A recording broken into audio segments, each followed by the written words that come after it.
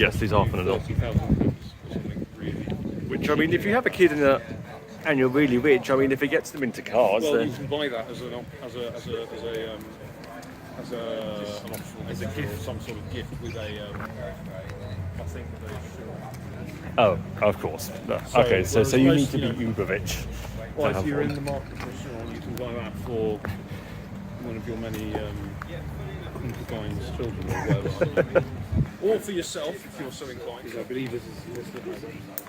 So check this out. We've got a Peugeot from 1900. Wow. When it still looked like a horseless carriage with some fender flares, I guess you could even call it that. But check out those lights. They're probably like candle or gas lights. That's really cool. Wait, where have the others gone? Oh yes, there they are. And we've got this thing which has a armour symbol thing on it. It's a Lorraine Dietrich GP Vieux Charles III from 1912, in which it's just mostly engine and then there's the cockpit. I wonder what engine this has. Yes, a 15-litre 4-cylinder. So much torque, you could rotate the earth with that. Nice. So we have a Peugeot 404 Saloon, a 508 I think. Yes, the modern ones. I will zoom out a bit to get all of the cars here. So a 306 GTI 6 and some stalls, which I'll probably buy a model car from there somewhere at some point.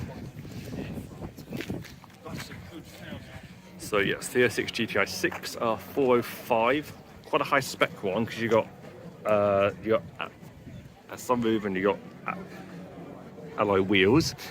Another 405. This one I think is a saloon version in a nice deep green, so sort of almost a turquoisey green, and a 504 saloon.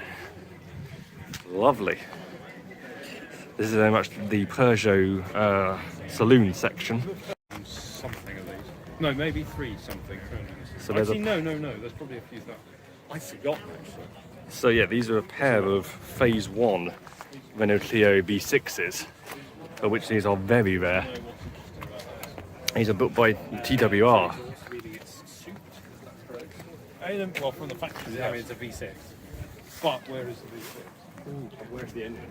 Well, it's in. Well, it's fairly obvious, isn't it? It's in the middle.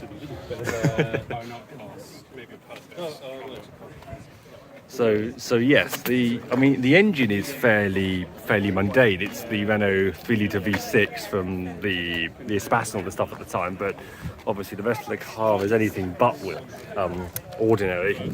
So yeah, Phase 1, 2002, so quite a late one, and it's so this one's actually for sale for 50 grand. Yeah, I think I'll pass on that one, but still, it would be a very cool piece of history to own.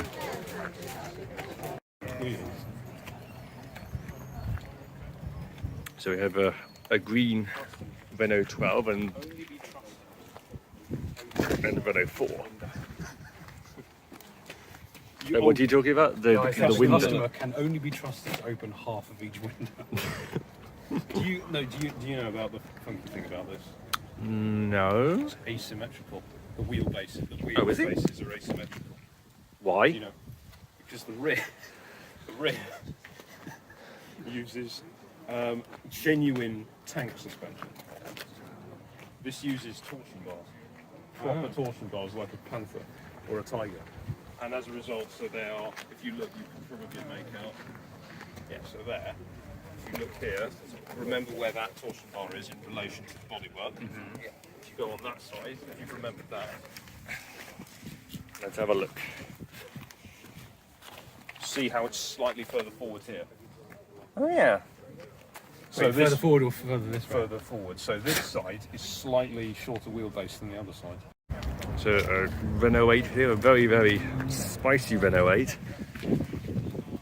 I think this is a Gordini, presumably it is, a very heavily modified one. Check out the fuel tank in the back. Get a load of the back. Hey. Oh, and this is the Custard. What? Seething Thunberg. Oh yes.